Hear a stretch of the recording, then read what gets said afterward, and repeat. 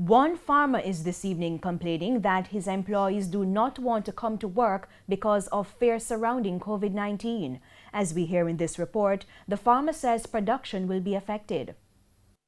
Just about 18 acres of Scotch bonnet peppers and onions, but hardly anyone to tend to them. Before COVID-19, things were looking prosperous for this Bernard Lodge farmer.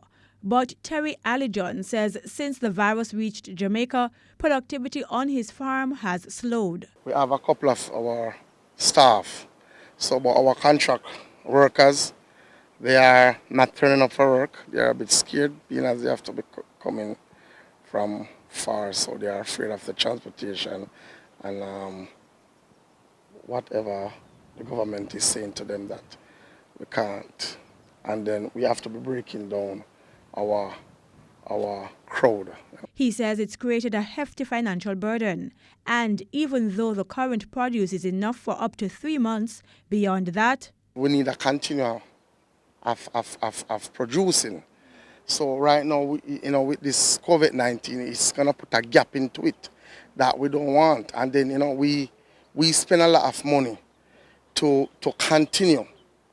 We have produced here now, which has lost us, but we still have to continue spending money to keep this produce rotating. State Minister for Agriculture Floyd Green says while he understands the fear, he's encouraging farmers to take the recommended precautions and go out to farm. Now is an opportunity for our farmers to really help feed Jamaica. Clearly, with what is happening on the world market, a lot of imports will be not able to get in, and as such, people will be looking to our farmers. We know they have the capacity, we know they have the inputs, so we can farm more during this time. Minister Green adds that the local food supply should be more than enough. We have done our own research, rather is out in the field, and we've looked at every product area. We've looked at meat, we've looked at fruits, we've looked at vegetables, and in fact, in some product areas, we have an oversupply, because as you can imagine, the downturn in the hospitality sector has caused even more items to be on the market. So I don't want anybody to worry about whether we will have enough.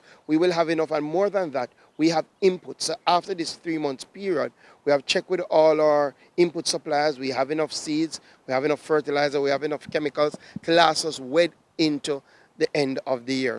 Krista Campbell, TVJ News.